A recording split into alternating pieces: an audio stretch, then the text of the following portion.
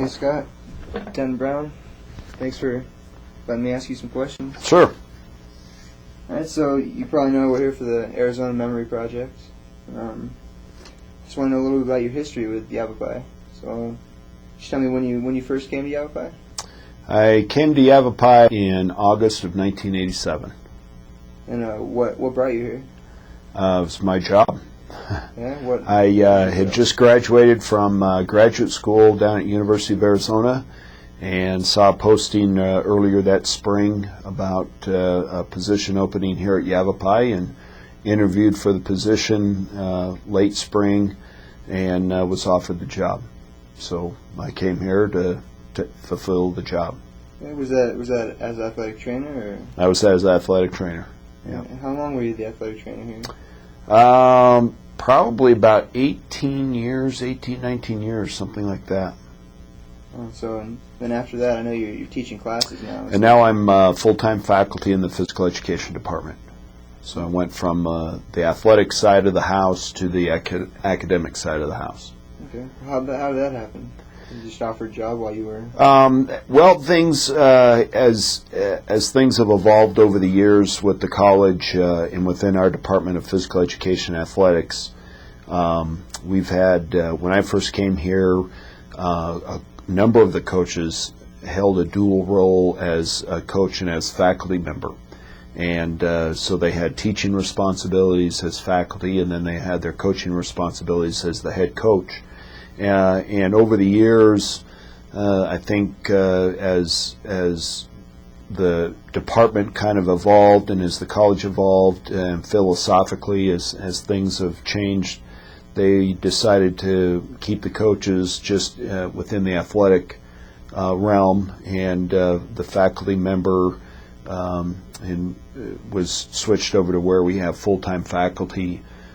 That's all they do in physical education, and so it's kind of been a little bit more separated. And so as that shuffle and evolution took place, there was an opportunity for me to leave the athletic side and pursue the academic side, which has been an interest of mine for a number of years. And so that's what I pursued. When you came here, did you plan on taking a teaching role at some point? Or? No, actually, I was like a lot of other graduates in the athletic realm. I thought I'd come here, be here for a couple of years, and then move on to a major athletic program, whether it was at a major university or professional sports.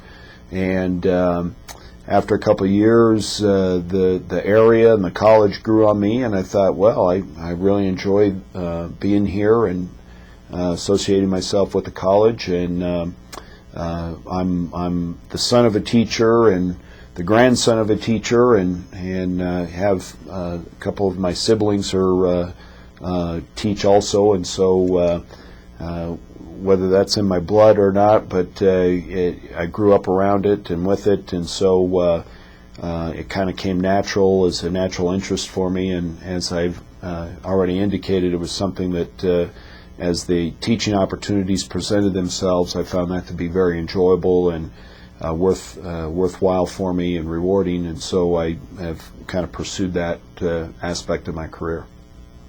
Right. You mentioned the community and the area kind of drawing you in. I've been here for 2 years on the soccer team. I had never heard of Prescott before I came here, but it's a beautiful place. I mean, really is a unique place in Arizona. A lot of other people, around the country just think Arizona's cactus and desert and sand, and they really don't realize the diversity that we have here. I had attended high school down in the valley. And so I was kind of aware of Prescott, and so when the job opening came up, I thought, wow, what a great place. What a lot of other people don't realize, unless they're looking for it, is there's been several national publications that have listed Prescott as a very desirable place to retire to, a very desirable place to live and raise a family, and that word has kind of gotten out. And so we have people relocating here, and just by sheer luck, I get to live here and work here, and other people, get to choose to retire here, and I get to have this be part of my home. Right. So you came to Yavapai, you said, about 18 years ago. Well, now it's been 21. Oh, right, 21. Okay. What did the school look like when you first got here physically? It's changed quite a bit from where it is right now. When I first got here, the fact where we're meeting right now was a gravel parking lot, and most of the parking was gravel. There was a little bit further to the south of where we are right now was a paved parking, about our only paved parking, maybe 50 spots that was over there. And so we were just out parking in the dirt and the gravel. It was a small little school, and by most standards, I would think it's still considered probably a small little school. But we've recently undergone major renovations across the district and here on the Prescott campus, and really have kind of updated the facilities, and I think kind of updated our image. And what we're able to do and offer, and it's just a really, really great place to be. I agree. I mean, I've heard stories of when the school first opened, it was just a few trailers with classrooms inside. Yep. And I mean, I came here to visit the year before I came, so it was 3 years ago, and it looked nothing like what it looks like now. There was the big courtyard and the quad. Sure. That wasn't there. Yeah. I mean, there's no grass. It was all just cement up there. Yeah. Yeah, that's a big change. It's a beautiful campus now. I mean, it's a small school, but it's beautiful. Yeah. It's very nice for a community college. Yeah. Yeah, we had 4 buildings, 4 of the main buildings on campus, and a lot of concrete. It was built back in the late 60s, early 70s, and so that was kind of the style, or building style. And so again, a lot of concrete around, and over the years that's kind of changed and been updated, and so it's kind of going back to the location of Prescott. Now I think it really accentuates and reflects the environment that we live in, and I think one of the reasons a lot of people like to come here, and one of the reasons I came here, is just to enjoy the outdoor. What the outdoors have to offer. I mean, we're a 2-hour drive from the Grand Canyon. We're a 2-hour drive from Phoenix, so we're really centrally located to do a lot of different kinds of activities and things, and so it's again really appealing, I think, for people to come to the college and to come here just to be here. Right. You plan on being here until you retire? Until you're ready to retire? Yeah, I really haven't seen a reason to look elsewhere. Right. Also, do you plan on teaching until you're ready to retire? Do you want to get back into athletic training ever? The part that I miss about athletics the most is dealing with the student athlete, and having that rapport with them. I don't miss getting home at 2, 3 in the morning after a long road trip. And then showing up to work the next day at 8 or 9 in the morning. My wife enjoys having me have a little bit more regular hours, but I do see myself, getting closer to athletics again in some capacity. But I really enjoy both realms. I enjoy the athletic realm, and I enjoy the academic physical education realm, and so. I'm in a very, very unique position to where essentially I get paid to have fun, and to participate in activities that, as I said earlier, are worthwhile and rewarding for me. All right, well, how about could you tell me about what your most rewarding experience was as the trainer here? I don't know that I've got one.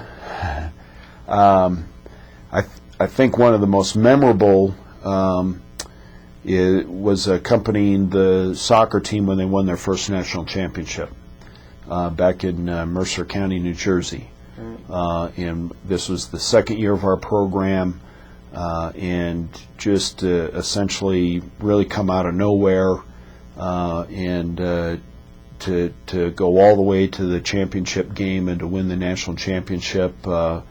Was really, really something special. And I've also been fortunate to to help out with the cross-country team. They've won 2 national championships, and baseball's won a national championship. I accompanied them back in '93 to Grand Junction, Colorado, when they won the College World Series, and then also just recently when they were back there 2 years ago for the College World Series again, and they were in the championship game. Right, finished second. Yeah, and ended up as runner-up. So again, there's not just one memory or special experience, but there's been a lot that have been here. So you were here for the first 5 soccer titles then, huh? Yep. How many trainers can say that? Accompanied teams to 8 national titles? And it was kind of interesting. The year that I believe our second national championship was also the year in that spring was the year that baseball won. Wow. And so here we had a year where in '92 the soccer won the national championship and our baseball team won the national championship in their respective sports. It was really a unique year. Yeah. Do you get a ring for the titles? Or? It's kind of an interesting story. Now that with this year, it's just kind of automatic that the soccer team got rings. The first year, and it was the first. Well, the Yavapai had been to the Junior College World Series a couple of years, but that was back in the '70s, and so there'd been quite almost a 20-year time difference between the last time a Yavapai College athletic team had participated at that on the national level, and so when they got done, or when we were on our way back about coming back from New Jersey with the national championship, and there was some discussion among some players about national championship rings, and no one at the college, even the coaching staff, hadn't even considered it. And so at that time, I was kind of the organizer, motivator, and we went out, and all the players had to pay their own to get their own ring. And and it wasn't for every player. It's just whoever player, and not even Coach Pantaleone got one that first year. So it's like, whoever wanted to pony up the money first, then we placed the order, and then we got it done. And then the second time around, it was kind of the same deal. And then with the baseball team winning, then people started thinking, well, why are we having the students go to all the effort? Shouldn't it be, a commemoration of their tremendous accomplishment? And so it slowly has gotten to the point over the years where now, the Rough Rider Club is able to donate the funds to get the rings. But it wasn't always that way. I didn't know that. Yeah. Yeah, we came up with the design. We contacted the ring companies, placed the order. So I can show you the original ring. I'd like to see that. Yeah. Yeah, because Mike has it all set up now. Where it's just Yeah, it's like you just think, oh, this is what you do. Well, it wasn't always like that. Yeah, because we were in Texas and we won the title, and then immediately he was thinking of ways we could take pictures for the ring poster. Yeah. I was just like, get under the scoreboard. Yeah. Let's take a picture. Well, the first time we won, it's like, hey, are we going to get rings, Mike? You want to get a ring? Nah, I don't want to do that. So he's come around a little bit. Well, how about a challenging experience as a trainer?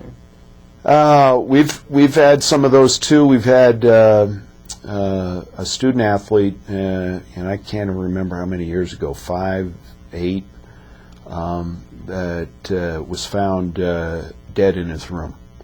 And the circumstances was accidental death.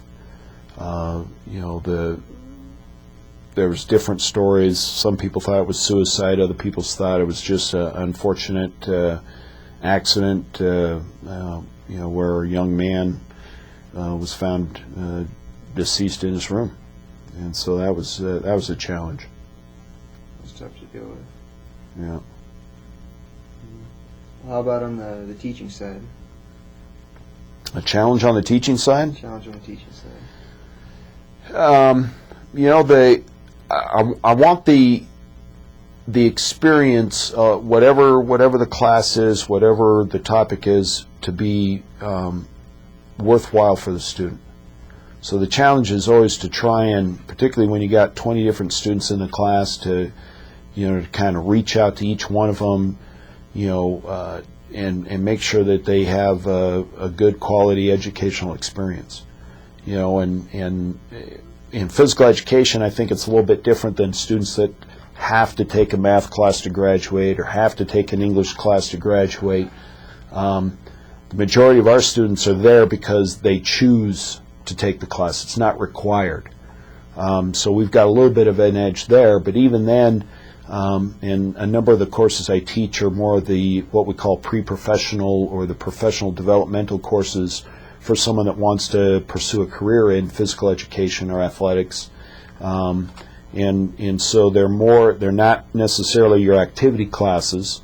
They're the more theory-based, content-based type of a course, and because of that, some students coming in thinking that that's what they want to do for a career or as a major, find out after they get into some of these more rigorous courses that maybe this really isn't what they wanted to do. When they realize that there is some rigor behind it, there is some, it's not just a PE class, it's an academic college class, and that they have to, there's quite a bit of work involved in being successful and learning the material and being successful, and so again, that's the challenge of trying to deal with those students and be able to wherever their backgrounds are, circumstances are, to be able to kind of connect with them so that they're able to understand the concepts and the principles that we're trying to get across. Right. But you don't only teach those types of classes, do you? You take, No. like backpacking classes. Yeah, we also have outdoor recreation classes, and so I've taught a number of hiking and backpacking classes over the years. I've been doing that for almost 14, 15 years now, taking classes out backpacking, which is, again, one of those unique situations where I get paid to do something I enjoy, and it's really been fun. Not everyone that signs up is cut out for backpacking, right. And so it's a challenge when when we're miles and miles away from the vehicle to say, well, you've got two choices: you can stay here and be left behind, or you can hike back to get back to the vehicle or whatever. So luckily, we've never had any major accidents or issues. But it's really one of those enjoyable activity kinds of classes that is just really, really a lot of fun. And I can legitimately say that I've never had a bad experience sleeping with my students. All right. Well, I've heard stories. I mean, I hear you have a pretty extensive background in that kind of thing. Or you did races, or was it? Oh, not me. No. No, you must be thinking of somebody else. I never. No. Backcountry races. Like decathlon. No. Nothing like that. No. All right. No, Okay, wrong guy. All right. I think that's it. That's about all the questions I have for you. Okay. All right. So thanks for your time. Sure. All right.